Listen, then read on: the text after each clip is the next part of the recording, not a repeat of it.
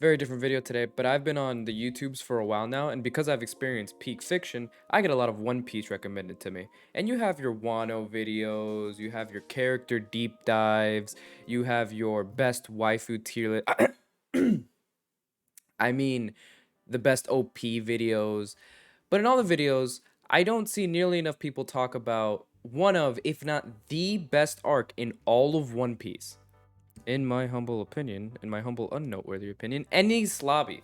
The arc where after I finished reading it, I thought to myself, you know what? Maybe 1,171 chapters and counting isn't that bad. This arc has it all from heartbreak to betrayal to a crippling lack of self-worth. You know, the normal stuff. But I think the big impact this arc has ties all the way back to the beginning of Alabasta, when Robin first joined the crew. It became a shock to everyone, well, except Luffy.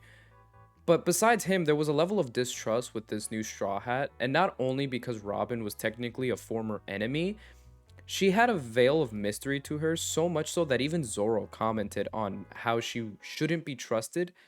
But Zoro wasn't the only one. He mirrored the emotions of the audience, because we as the audience also were confused by Robin and her true intentions. These worries would only grow deeper when we get introduced to the Wizard of Oz himself, Akoji. あらららん何よこっちにも脳殺姉ちゃんスーパーボーイ今夜暇何やってんだのっぽこら話を聞けこら Bro comes in and cleans house in a way that we've never seen before, and in a way spares the Straw Hats, but not before telling them that Robin is a woman that cannot be trusted, that she brings ruin to any crew she joins, and that she bears the knowledge to destroy the world. What? So now it's all but confirmed that Robin is the exact opposite of an open book. Her book is chained up in hell. And the mystery only continues when the crew makes it to Water 7. Now, a lot happened in the beginning of Water 7, and I might make a video about it later because there's no way Big Homie Oda had me bawling like a bitch over a pirate ship. It's literally a floating piece of wood. But anyways, when they make it to Water 7, the crew splits up as usual. Everyone splits up to do their own thing, with Chopper and Robin leaving in their own group. This group would be broken up almost immediately though, after Robin is encountered by a masked figure saying they're from a group called CP9. And that is all it took for Robin to leave Chopper immediately and disappear with this stranger. So now we're thinking, well, at least I'm thinking, she just pulled a fast one on the whole ass crew and is part of another group. But by this time, we've had a little bit more time with Robin, and I'd like to think that the audience, along with the characters in the show, had a bit more trust in her. And that's where my boy Sanji comes in, the knight in shining tuxedos. I say this because after the disappearance of Robin, she's then accused of shooting the mayor of Water 7, which is kinda true, kinda not true. Being an accomplice aside, Robin was confronted about this and told the Straw Hats in response that she was leaving the crew, and Chopper relayed this information back to Sanji. And Sanji, being the Giga Chad he is, did not doubt Robin for a second and went after her. This is why this arc is peak. The theme of trust and relationships is scattered all throughout the arc, with the constant message to always be there for the ones you care about, even if they reject it. The way Sanji reacted in this moment really signifies to us, the audience, what it means to these characters to be a part of this crew. It showed us that once you call yourself a Straw Hat, you are family to anyone else carrying that title. Now, it's revealed to us that CP9 is a secret government organization, and they were the ones that shot the mayor, with Robin as accomplice, as previously stated. Because the mayor supposedly has these maps or designs to a pirate ship that can cause a lot of damage. Now, the reason they want Robin is because Robin is able to read these ancient stone writings called the poneglyphs that hold the secrets to the most dangerous weapons in the world. Basically, just think of it as she has access to nuclear launch codes. So CP9 group take Robin and Frankie being the adoptive brother of the mayor of Water 7 and the one who actually has the plans to this battleship that the government wants. Now, Frankie's a whole nother can of beans, so I'll skip over him for now.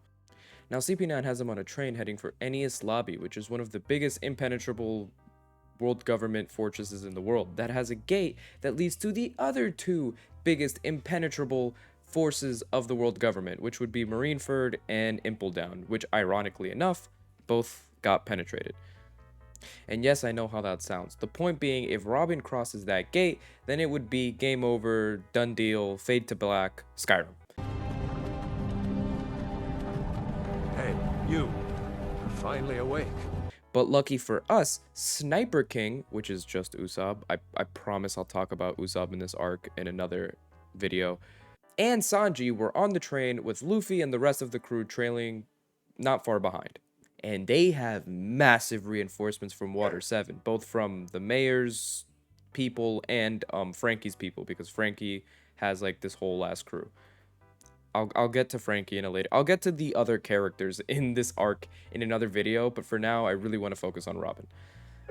But regardless, everyone is on a one-way track to Enies Lobby, where things kick into second gear. Literally.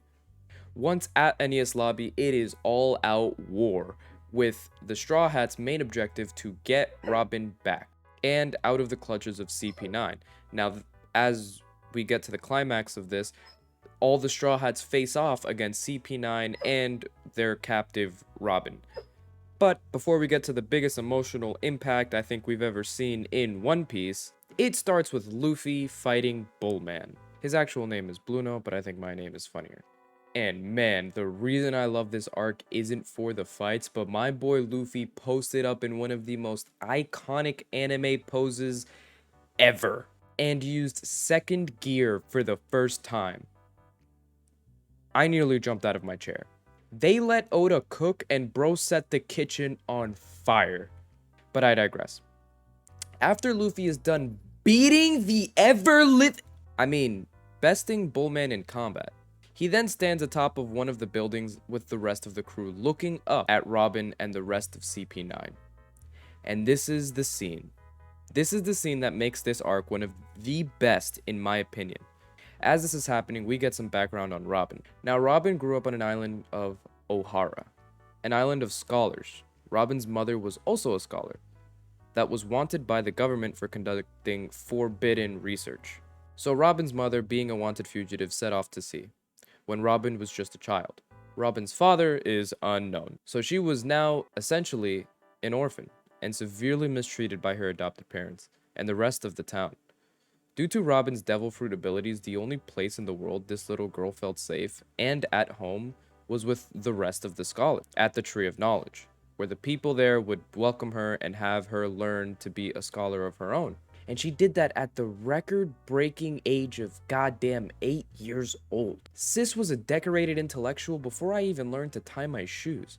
But this rapid development Robin saw wasn't all a good thing, because she eventually got a bit too cracked at what she does and found some documents the rest of the scholars were hiding, and that led her to learning about the Void Century and the Poneglyphs, which, if you don't know, the Void Century is a big period of time in the past that has no historical record of it and is kept secret by the world government, and the Poneglyphs and the weapons that they have information on hold the secrets to possibly what happened during that period of time. Now, the other scholars learn that Robin knows about the Void Century and the Poneglyphs, and they proceed to flip their shit. Which, honestly, if you know the world government from One Piece, fair reaction. And they tell Robin that no matter what, she cannot utter a word of what she knows to anyone, and if she continues to study these things, she would be forbidden from entering the Tree of Knowledge with the other scholars. Think about that for a second. This little girl being shunned and outcast for literally all of her life have the only people that she feels comfortable around, the only people that she wants to impress, telling her that if she keeps doing a good job, they will then kick her out. Now, that's enough emotional trauma to take down a grown-ass man, but we're not even through half of it yet. Now, after this, young Robin runs away in tears. She finds herself on the beach, where she also finds a washed up fucking giant. Casually. The giant's name was Saul, and he was actually very friendly, and Robin was able to trust him.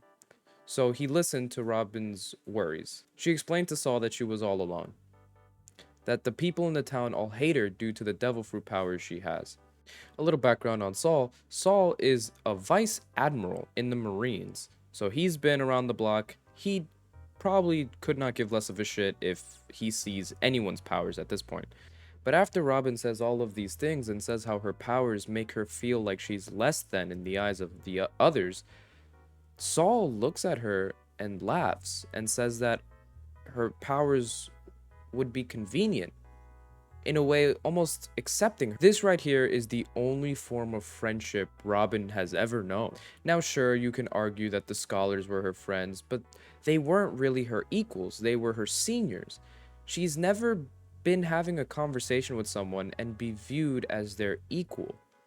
This is true friendship, and that's why it's so debilitating when even this is taken away from her. So, remember when I told you that Saul was a vice admiral in the world government? Well, the reason he was shipwrecked on this island was because he had a falling out with the world government after helping Robin's mother escape from prison and disagreeing with a buster call called on the island of O'Hara. What is a buster call? I'm glad you didn't ask. You see, a buster call is when 5 vice admirals gather a bunch of ships and essentially nuke an island. And yes, my boy Saul is a vice admiral, he's fucking cracked. Regardless of all of this, Saul didn't know that Robin was the daughter of the woman he had just saved. He also didn't know where the flippity fuck he was up until Robin, in one of their chats, casually mentioned that her mom is out at sea doing forbidden research on the poneglyphs. To which it finally snaps together for Saul, and he loses his shit. Because he knows that with or without him, this buster call is coming to the island of O'Hara, the island they're currently on. Now, to not make this video longer than it probably already is, I'll just give you the cliff notes. The Marines get there and go fucking buck wild.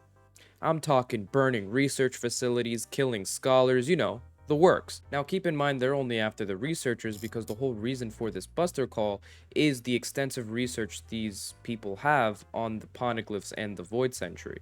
Up until Robin reveals that she also knows about the poneglyphs. She reveals this when she calls out to her long-lost mother, which was there to prevent the buster call from happening, or at least warn the researchers that it was coming. So now, Robin is public enemy numero uno, and yes, these maniacs tried to kill a kid. But luckily, Saul and Olivia, which is Robin's mother, were there to try to protect her. They both fought tooth and nail, but in the end, even that wasn't enough. Olivia handed Robin to Saul and told Saul that Robin was their last hope, to which Saul completely understood and he ran, leaving Olivia to die. Now the giant fought like crazy to get Robin off the island, and when I say crazy, I mean crazy. Remember, this guy was a vice admiral. But when a Koji stepped in, remember the Wizard of Oz guy, that guy, he pretty much just dominated. Much like Luffy in the future, he beat the ever-living mortally injured Saul. As he struggled to catch his breath, he knew he didn't have much longer to live, so he told Robin to run. But this was Robin's only friend. Her mother is dead. The scholars she worked so hard to make proud of her are dead. Her home island, all she's ever known, is in flames. This is the last thing she has, the most precious thing she has. After this, she is alone. After this, she is empty. You're alone now, but you'll meet friends some days for sure. You'll come across friends who will protect you. No one is born into this world to be alone. Saul then tells Robin to laugh at hard times just like he taught her, as the ice completely covers his body and he dies. With a smile on his face, watching Robin run away, believing that one day she will have friends who will fight to protect her just like he did. Robin after this is led escape by a Koji after probably feeling the guilt of having just murdered one of his comrades in cold blood. Literally. But for the rest of Robin's days, she would be an outcast. She was forced to be a fugitive, so joining pirate crews was her only option up until whatever crew she was on realized how much she was worth to the government. Then they would just toss her out, or even worse, try to bargain her off to the government. Robin grew up with the mentality that the world was against her, because in a way, it was. Anyone she met would be put in danger or would eventually just betray her. Her mere presence caused conflict and bloodshed.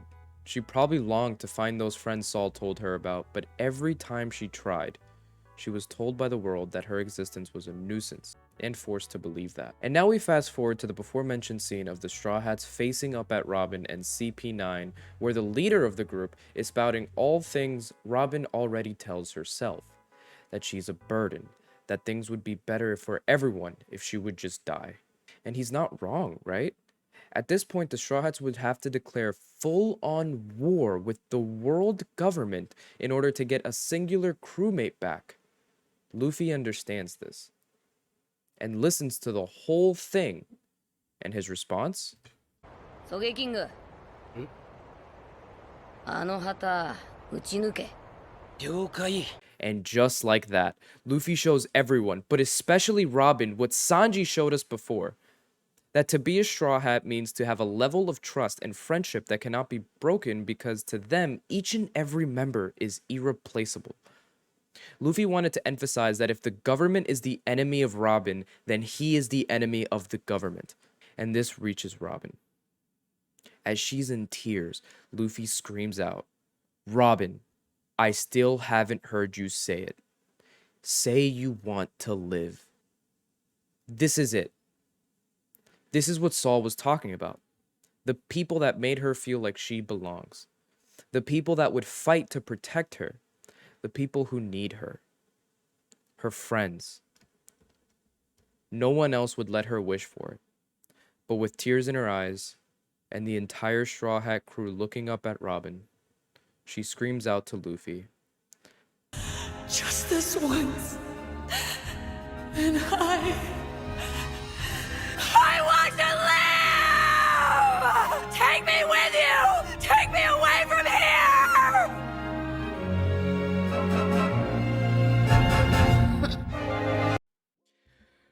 Whew, very different video today. I had so much fun making this. I really want to make more of these videos. Like I said, I want to talk about the Usopp situation in Water 7. I kind of want to touch on Frankie, but not just Water 7. I want to touch on other characters or other shows because this was so much fun. Just immersing yourself in a world and understanding characters. I want to keep doing this again. Tell me if you guys like this type of content. And yeah, I hope you all had a good morning. Follow me on Twitch. I've been streaming a lot more. Dex_X10. Pretty sure that's what it is. And yeah, hope you had a good morning.